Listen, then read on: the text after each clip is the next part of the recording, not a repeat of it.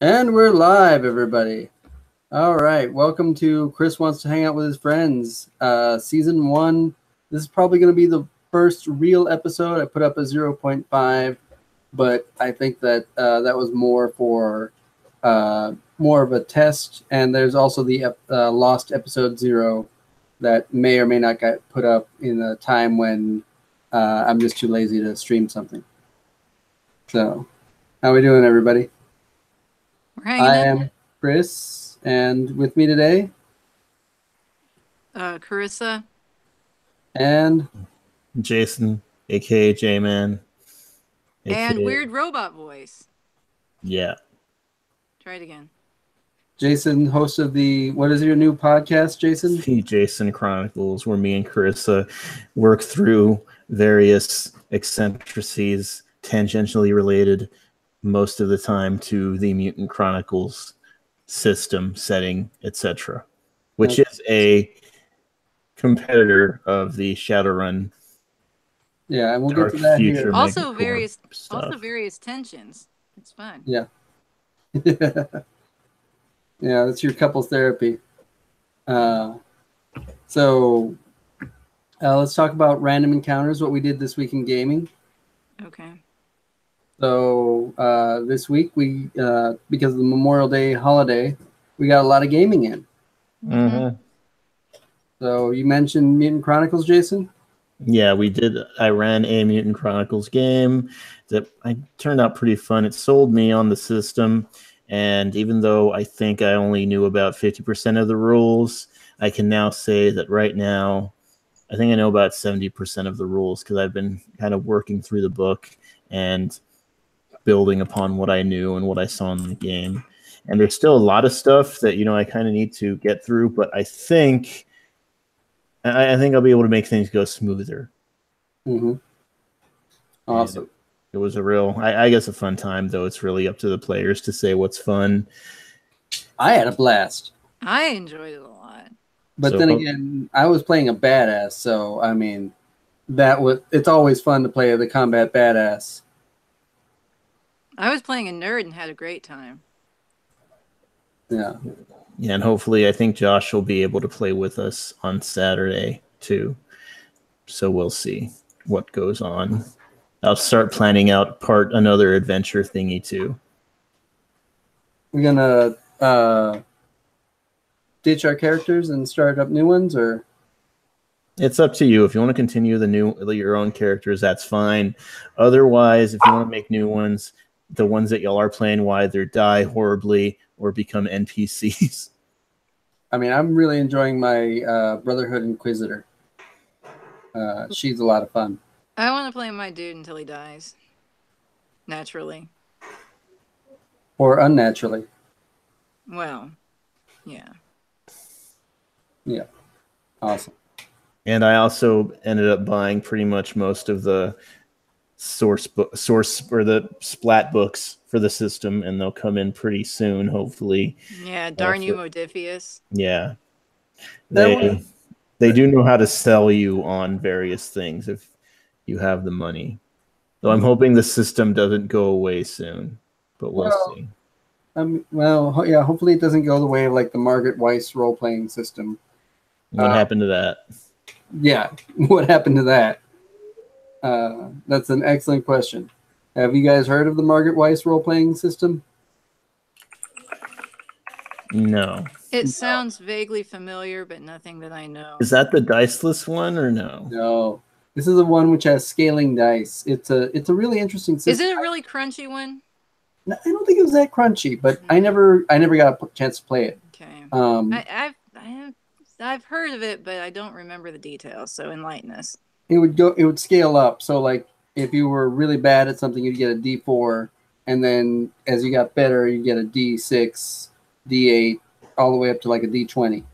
So and then as you could add on extra, it was very similar to the D20 system. I mean the 2D20 system, and then you can keep adding dice.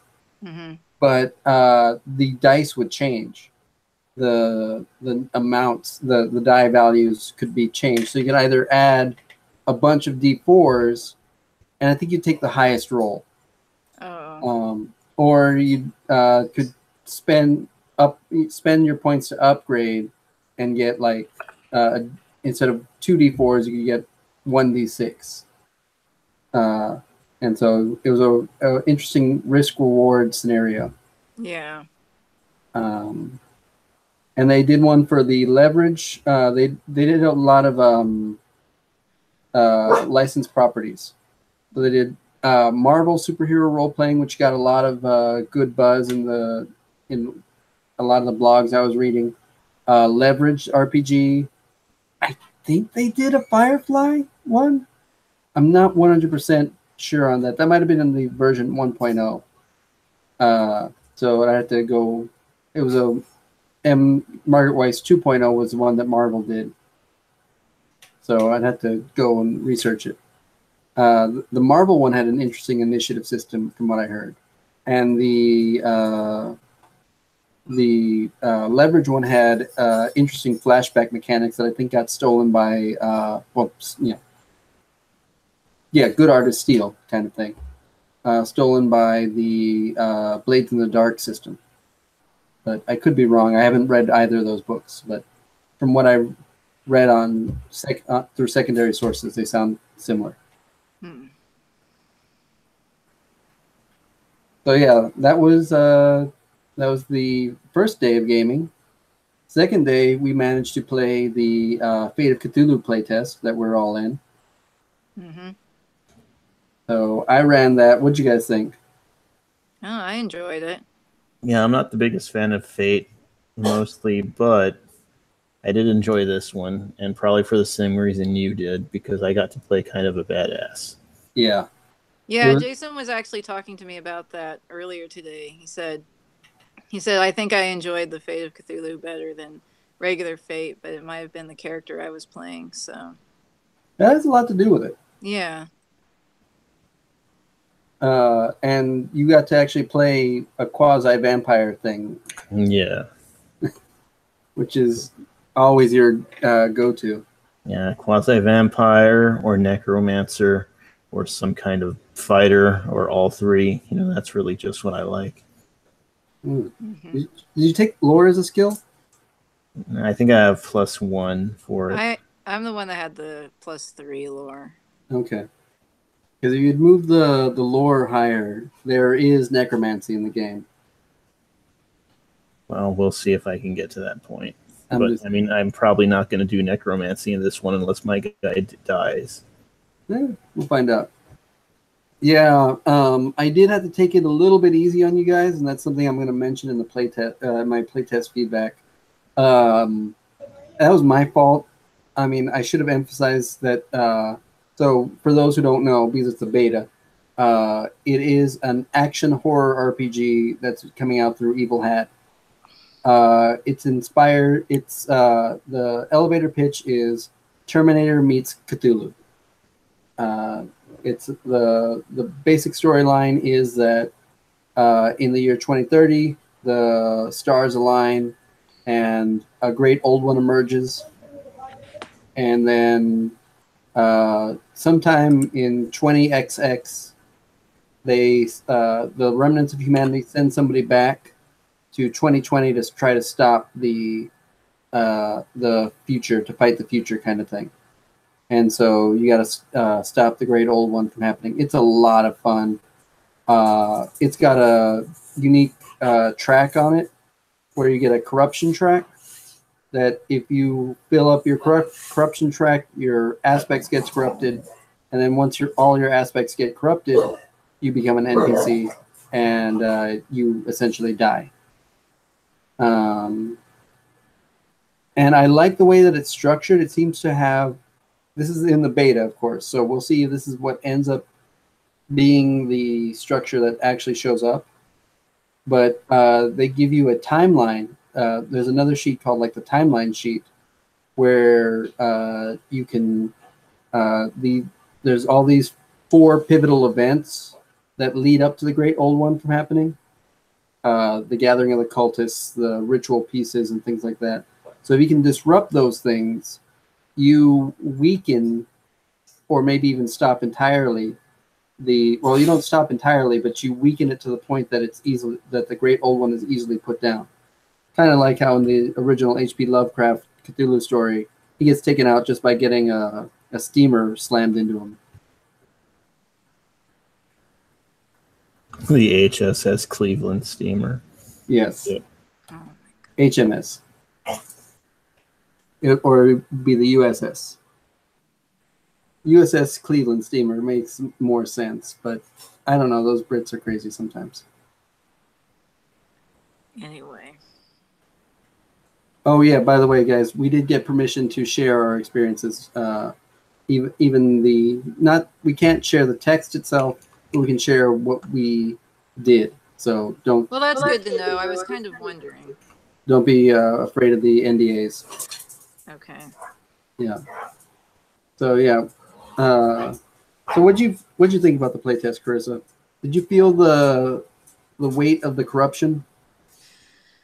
The weight of the corruption, maybe less so, but it did feel, and I could tell that you were taking it easy on us because there were things, as I told you after the game, there were things that we wanted to try out. So it wouldn't be very helpful in a beta to just kill us all, make new characters, and kill us all again. You know, like there are certain things we want to try. I didn't really feel. One second, hang on. My dogs are Yeah, no, absolutely. playing around.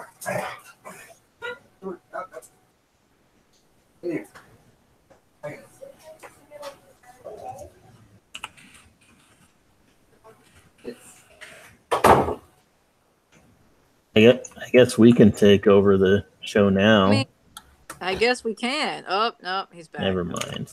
Okay. Well, it was worth a try. So, yeah, I didn't really feel tempted to do things that would lead to corruption, I guess. Yet. But Yeah. I did feel that it was, I've mentioned in the other podcasts, I think, that it did feel a little bit more scary, I guess. Like, I didn't feel like, oh, I can just waltz in here and, do a few low level things and have a guaranteed win. I didn't think that you'd kill all of us in the first encounter, but I thought there might be a chance that at least one of us would die in the first encounter. And that's a little bit more like it in my opinion for lethality. I want to feel like, okay, it would be in my best interest to run if it's actually in my best interest to run. Yeah, it was pretty bad.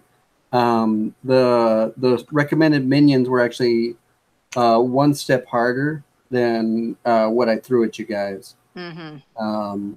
They would have had a fight skill of 3. Yeah, and as I said, like I figured you were probably taking it kind of easy on us just so we could get more playtest stuff and not spend a tremendous amount of time just creating new characters after our old ones died. But even at it being a little bit easier, I still think it was better than in other systems probably. Yeah, I think that was my fault. I know I told you guys that it was going to be combat focused, but I don't think I emphasized that enough in character creation. But that's kind of when I did I was letting guys design characters on the fly, where I said I just wanted your one of each level, and I'd let you guys fill it in as you guys kept going. I should have mentioned, like, you should probably put something in fighting skills, at least 2 out of the 3 of you. Because Daisy. Well, I mean, I put some in shoot. I just didn't have anything to shoot. A 1 in shoot. Yeah, but I mean, it's a lot of times I would just not put anything in combat. So I mean, you didn't have to mention that. I think we all knew, but my character was just a researcher, so it wouldn't make a lot of sense for him to have a whole lot. Yeah, and maybe if we'd had one more player, they could have helped. But I mean, I was okay with that, Yeah. So. Yeah, that's it. It tilted it more towards the horror, when the playtest seemed to tilt it more towards the action. And that was something that surprised me when I was reading it. I thought when you guys went in to do your first event, I thought it was going to be more like subterfuge, hiding, sneak, stealth mission kind of thing. And you guys just jumped right into it like a zombie apocalypse. It felt a little bit like, what was that game called? Outlast. It felt a little bit like Outlast, but the video game. Which one was that one? Outlast is, I haven't gotten very You're far. in the You're in Asylum. Yeah, Asylum. Asylum. And you're basically investigating what happened in this asylum, and there's a lot of bad stuff. Yeah. Not the one where you're the prisoner in that thing where you can turn into the monster. What was that one? I forget which one that one was. Is that the Evil Within? Maybe. Or something like that. Is that what that game was called? Or is that the name of a Maybe. We'll look it up and we'll put it in the show notes. Well, I think I know the game you're talking about, and I think I have that one too. But no, Outlast is you are actually going into the asylum as kind of an investigator, an outsider. So. Okay. Well. And so, yeah, hopefully we'll get a chance to continue that on. We got to do at least 2 more before we can really submit all of our playtest feedback. Yeah. So yeah, with that, let's dive into today's topic. Today, I want to talk about a segment I'm trying to call In Defense Of, where one or the other of us will talk about something that we love or really, really enjoy, but that is you really hesitate on recommending to other people or lending to other people, or when somebody says, I want to get into this thing, you're like, do you really? I mean, why? Do you really want to do this? And so today, man, I hope this doesn't burn this channel down. I'm going to be talking about Shadowrun. So I love me some Shadowrun. And again, Jason, this might be because of the characters who I played. I've only played Shadowrun like maybe 3 or 4 times. Yeah, I think it's only been about 4 times. But it was one of the first RPGs I ever played in person, tabletop RPGs. And actually, you know what? It was probably one of the first ones I played anywhere. I remember the old SNES game. That was probably one of my first ones that I played. Yeah, both the SNES and Genesis games are going to be the ones that I have the most experience with, because we didn't have them on the systems, but in high school we got them on the ROMs, and that was something that, I remember that those both really shaped a lot of what I thought of the system. In fact, I would run. I got the book, I want to say when I was 17 or 16 from a Walden Books, and that was a 3rd edition that I got, and I was able to actually run a few of them using that for a few friends, and it usually devolved into me just trying to speed up encounters and give too much karma, because all the cool stuff I wanted to do, or I wanted my players to do, it was way up there. So I got a good lot of. I do not come to bury Shadowrun, but merely faint praise it. Yes, the good that is the evil that games do lives on message boards when the good is interred in the memories. Something like that, yes. What? Something like that, yes. Yeah. And so I recognize Shadowrun has a lot of flaws. It has, at minimum, 3 subsystems that you need to learn. And don't get me started on 5th edition's character creation, on 4th edition's character creation. I never saw 3rd edition's character creation. It is so granular. It recommends that you get a spreadsheet. You know, when you need a spreadsheet to calculate stuff, that is a level of difficulty that, you know, yeah. Well, in 3rd edition, it was the first time where it had that, I forget the actual term of it, where you had to pick the ones from the different things, the different categories. Like you had skill groups? Not skill groups. It was, you had 5 different things. You could pick your race, your starting attributes, your starting abilities, your aspects, and the starting money that you have. And it was priority. That's what it was. Basically the base creation was priority, which I really thought was cool. But again, you get weird levels of characters. And then when I was able to finally get the Runner's Companion, which I still have somewhere at my parents' house, then it goes into, now you can use the basic karma using system. You start out with a certain amount of karma and you build from there. But yeah, but I never saw the spreadsheet thing, but it seems too obscene. And that is one of my first main points of what you have to defend the obscenity of everything about character creation.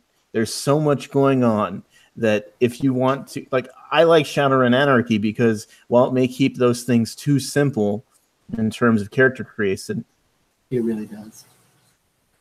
That's still much more preferable to the giant cluster that is Shadowrun character creation. And you can say, I can make exactly the type of character that I want, but what I've seen from a lot of the games that I've ran is that, yeah, you can. They're just either too weak or they're too OP. There's no middle ground. And it shouldn't be, something that I learned from... so you're saying the characters are unbalanced? Yes, they're unbalanced editions by design. Mm-hmm. It's built in to be that way. Granted, you're probably wanting everyone in the group to have a role, but even then, not everybody's going to be up for the whole time. So it adds nothing to the system, making these characters so specialized yet so complex to get there. And even then, you have things that aren't really connected. Knowledges are cool in theory. The knowledge skills where you can have, here's how I can add flavor to my character. But it's just more stuff that you have ultimately players trying to use to get an advantage of for the dice. So because, if I'm a DM or a GM and I have to approve the characters and things are going to slip through because you have players who spend all their time whether they're trying to cheese it or not, they're going ahead and making these characters so unique that everybody's unique, that everybody's special. And what happens when everybody's special? Nobody's special. I don't buy that Incredibles, whatever. Well, in this case, it's true because you give Chris his chance to defend something because you've kind of gone off on about 5 different things here. So yeah, character creation at the start, it's too much that you have to deal with. Shadowrun is never going to be someone's first game they learn to play, really learn to play and enjoy. Jason, make a spreadsheet for those other things. Then I'll come back to them, but I need to go give Ava some milk so you can start building things up. All right. So that's exactly why I like Shadowrun, is actually the complexity. It is a game that models actually that level of specialization. So it is a game that is one of my favorite genres, which is competence porn. I love seeing people being really, really good at things and doing things really, really incredibly. And so that's the appeal of American Ninja Warrior, right? That you see these people who are trained and do these outrageous, incredible feats. There's a lot of YouTube videos about people doing all these things. I mean, that's the whole thing about like why you like really watching the Great British Baking Show, all these different things to see people succeed at these incredible feats. Okay, but the incredible feats isn't so much. Well, I don't know about Jason, and he's not here, so I get to stand his place. But I think one of his issues was more that these things aren't necessarily believable. They're not really related to one another. Like, oh, Um, how can I be so great at this thing and this other seemingly unrelated thing? no, I think he was actually referring to a problem about Shadowrun, which is that I mean, he did mention that, but well, that they're not related, not relatable. And I think the point that he was trying to make was that sure, the mage is doing all his cool mage stuff, but the face is then sitting in the back playing on his phone, waiting for the mage to finish all his stuff, so that then that he can get his turn to do the stuff, and the hacker is waiting for both of those things to happen so that he can do his thing. It does encourage a style of it doesn't encourage a lot of team play because everybody's so specialized a lot of times. Now, I mean, the mage is a combat mage, and the hacker is actually a rigger, and so they've got the combat drones in there, and the face also has a Ruger Warhawk. You can kind of make everything happen in combat. But yeah, there's some serious problems with that. And in regards to the character creation, I mean, at back then, when it first came out in 1989, yeah, that was a problem. But now, I mean, they could just release an app. I don't know why they don't release an app to do it. But it'd be Modifius released an app for all of their 2D20 system stuff. I think the Star Trek ones just got out of beta. yeah, I think it's in beta still. Or in beta. The Mutant Chronicle ones is, I guess, still in beta because I found some errors. But that's it'd be real easy to do that and just have it web based. They just need somebody who could host it. Somebody like Catalyst or Harebrained Schemes or something like that to really to take care of it and do all of those all of the spreadsheet calculations for you. I mean, that's what you would need, and that's what I like about the system. And that's so going back to our discussion about D&D, what we don't like about D&D, or what you don't like about D&D, Carissa, is how it at a certain point you feel the lethality goes away. Here the system is modeling. One second. Here the system is modeling that ability of people to be really good at something. So anybody has anybody can roll dice for anything, but you're only going to have like one or two systems or one or two chances. So it's like saying, if I sat you in front of a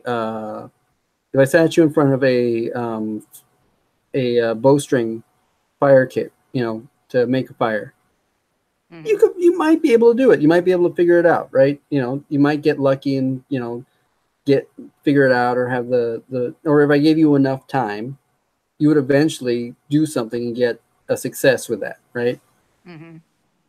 And so that's what the system models. But if you're really, really good at it, you take 20, dice and you fling it down and you count up all the sixes and you're playing Yahtzee. And I really like that idea of it, that it models just you being really, really good. Each die is your extra chance at success. And I mean, yeah, if I, if I roll 20 dice, there is a chance I'm not going to get a single 5 or 6 anywhere in that pile. But, and at 20 dice is kind of a little bit of an exaggeration, just a little bit. It's probably closer to like 10, but 10 to 12. But still, so still rolling 12 dice. Yeah, there's a chance you might not get a 5 or 6, but that works. And then the other thing I like about it is the combat system, where they roll against each other. So it's a attacker versus a defender, and so the defender's successes cancel out the attacker's successes. And so it reminds me a lot, speaking of leverage, of the scene in there's a scene in Leverage where the two hitters are facing up against each other. There's two rival teams of the thieves are going up against each other, and the two hitters meet each other in an alleyway or in a corridor. And the main series hitter, Elliot, he's going through his mind. He's facing up and squaring up against the other one, and in his mind, he's mentally playing out the battle, saying, okay, if I do this, then she'll do that, and that'll end up with me getting beat. And if I do this, this will happen. This and in my mind, that models that Shadowrun of we roll the dice, we cancel out everything, and then so it really does model that idea of if you have two competent badasses going against each other, it's not like D&D where, okay, I roll, I'm going to get so long as I don't roll a 1, I'm going to hit because I've got like a plus 15 with all my bonuses. And I don't care what your armor class is. I'm going to blow through it with my special abilities.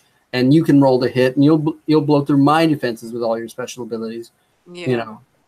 And so it's where it's that D&D models that 0 to hero kind of thing, where the hero is basically always going to succeed, whereas Shadowrun models more realistic kind of I'm really good at this, but if I go up against somebody else who's really good at this, it's like we're on the same playing field.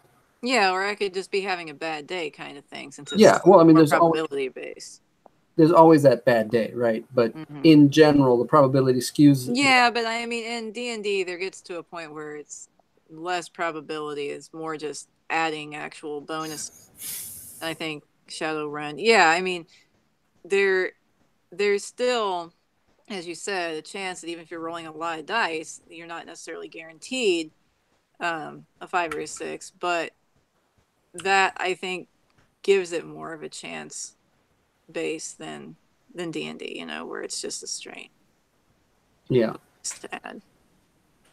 So I really like that, and I love the lore. Oh my God, that world is so wonderfully built.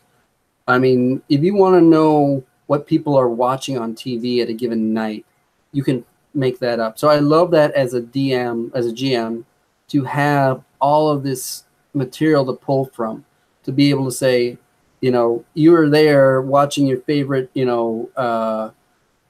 what's his name, Gary the Orc Barbarian, or I forget what the Orc Barbarian game or comic or something like that.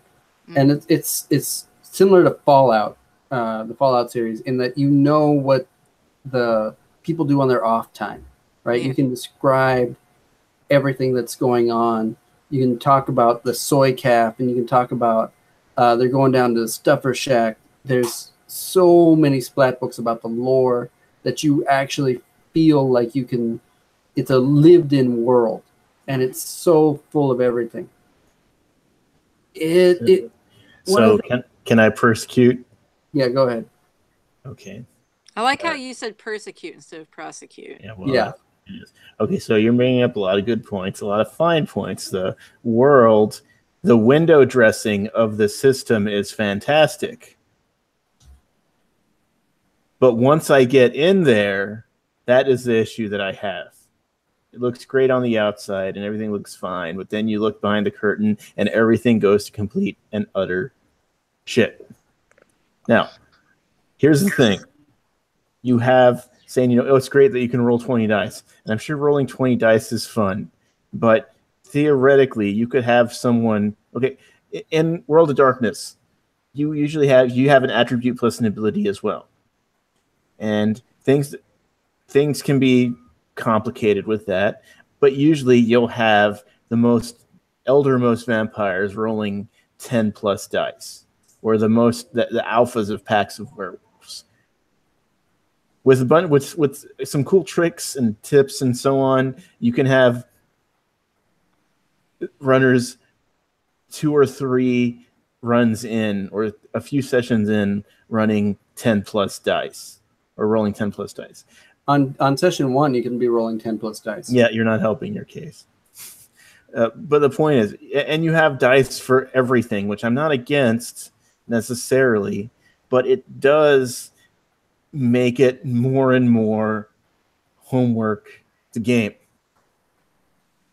And because of that, you're going to miss a lot of that narrative dressing of it.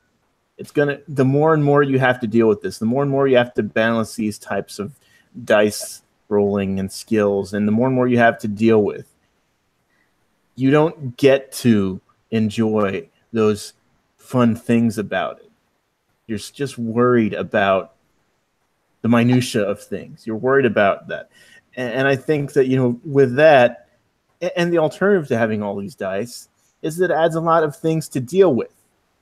If I'm sitting, usually with like Dungeons and Dragons, you can have, it takes a while for me to roll an attack while you're waiting, and you'll probably get on your phone and whatever. But the longest combats I've ever been involved in have been because of Shadowrun. And that is not a feature, that's a bug. That is something that, again, turns people off. And it takes away the excitement, the thrill of victory, and it becomes more, it's less thrill of victory and more, thank God this is finally over, let's just go home. Yeah. So because you have all that stuff to deal with, and I'm not even getting into the different magic or the different hacking or rigging. You could have a bunch of normies, mundane folks, just firing and blasting, wearing layered armor with big guns, rolling more and more dice against each other, and nothing happening.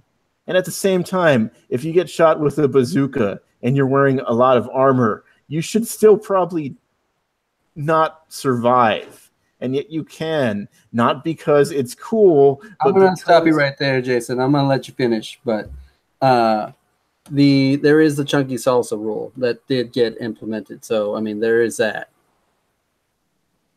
Anyways, main point.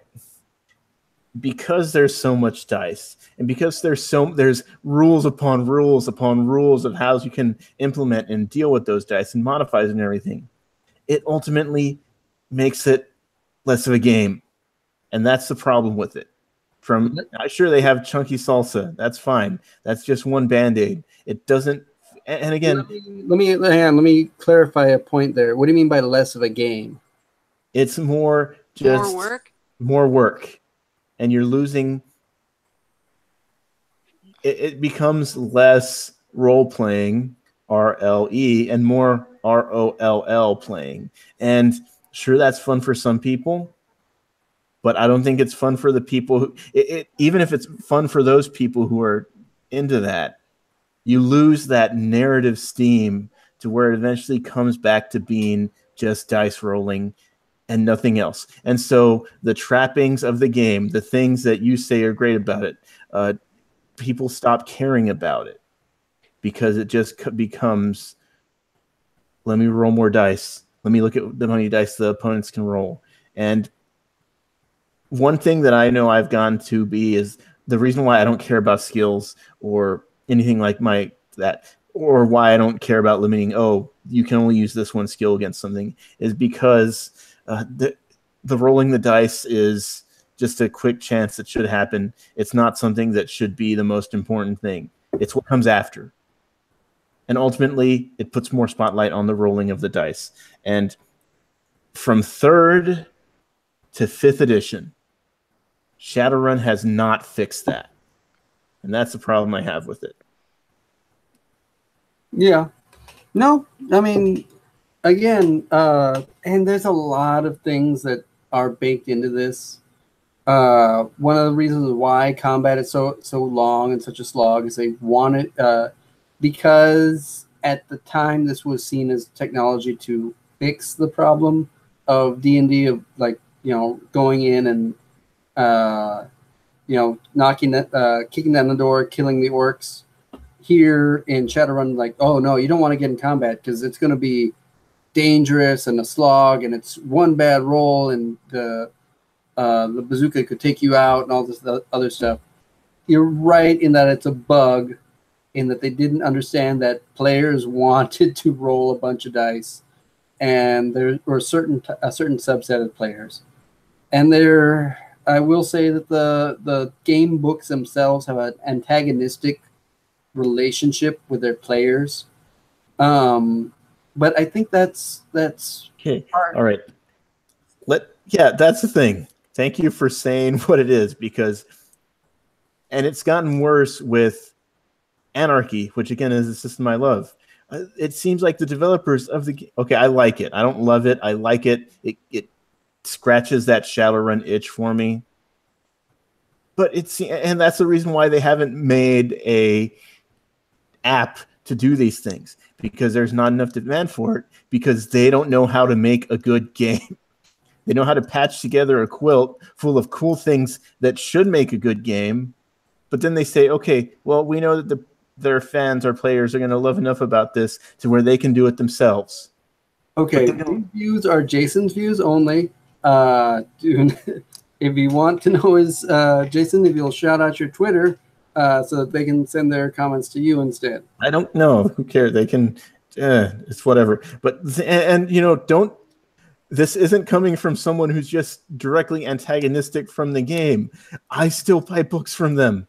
I still buy things from them. I'm a fan of the system, so I am, much like me being a fan of professional wrestling. And it's been crap for a while. I'm a fan of this, and it's been crap for a while. But I know. And yeah, so. Are you saying you're part of the problem? I mean, no, I'm not. I'm the ones keeping it on Lifeline, but I don't think that's a problem, because eventually it's going to shift hands between licensees, and maybe it'll get with someone who knows what they're doing. But given all the scuttlebutt surrounding the actual, company and everything that I've heard, no, probably not. Look at the best thing about Shadowrun has been some of the supplemental things that they seem to fail into. We just finished playing the Shadowrun dice game, which is fun, I think.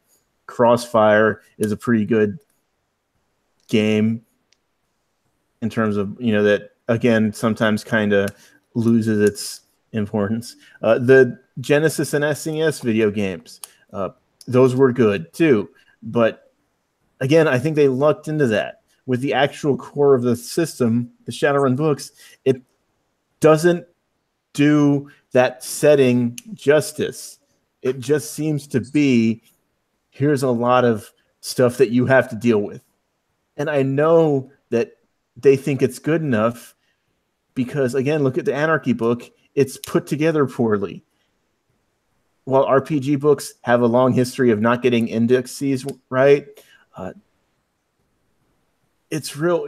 One thing that the core book has going for it is that, yeah, they do seem to have everything together, but that's because you have to slog through so much stuff.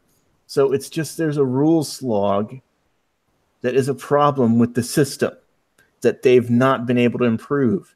And they don't want to improve it because these systems, I think they have to, if they could have kept the Matrix wired, to go for that feel, they probably would have loved to do that. But since, everyone's wireless now, they had to go. So, and yeah, anyways. But they made hacking better, so I guess that's all right. And I mean, you got to the point there, though, that ultimately you really have to love the setting to get through the system. And I mean, I really do. I hate that it is very, very difficult if you play the setting entirely as written to be a good guy. Like, you are automatically a criminal. And I'm not that big of a fan of that setting. Same thing with like World of Darkness and the like vampire and those kind of games. where you're kind of automatically the bad guy.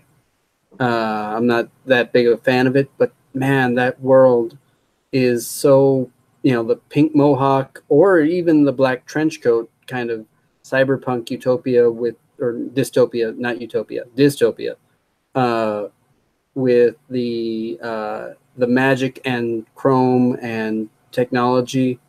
Oh man, that, you get to play, you can create the character that you want to create.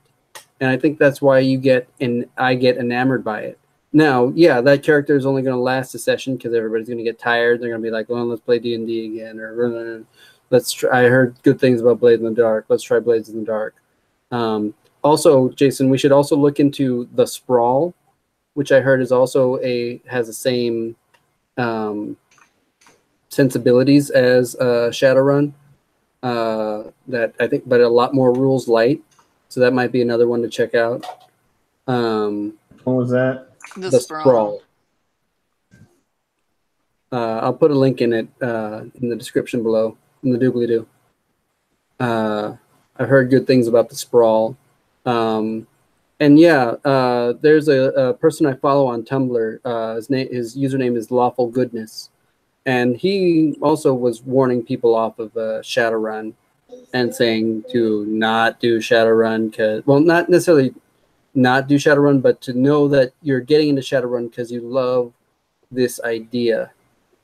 And, you got a point that there's a lot of problems with it, but it does, for me, it just scratches this itch of, I want a Ruger Warhawk with laser sights, no, smart linked, and I've got a 5 agility, 5 ranks in firearms with a pistol specialization, revolver specialization.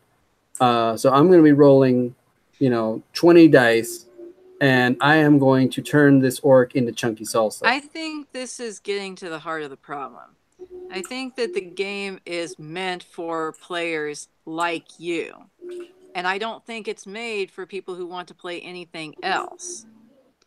Because I like the idea that, yeah, you can customize your character. I like the crunch of it.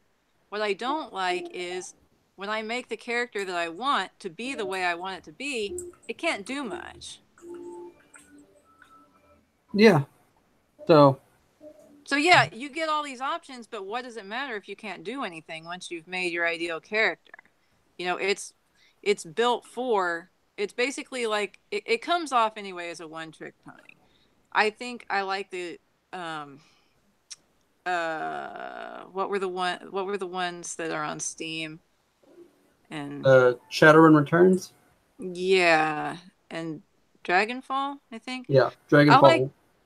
I like those, and I feel like you can kind of do more with the different types of characters in that. And I think that also solves a little bit of Jason's problem with the dice rolling, because it's all done, in the computer itself, in the program. So you get to focus more on what you're actually doing rather than, the player in a tabletop RPG would get hung up on the dice rolling, Yeah. But I think, yeah, it's good for somebody that wants to be an 80s action hero, which is you. That is me. Less so for people who want to do, as I said, basically anything else. I don't know. Jason, do you have any? I mean, again, I have these criticisms based on the fact that I'm captive by the system. But I want to say, I think a lot of the itches that Shadowrun scratches, I've found a lot of that in Doom Trooper or elsewhere. Mutant Chronicles. I think I do too.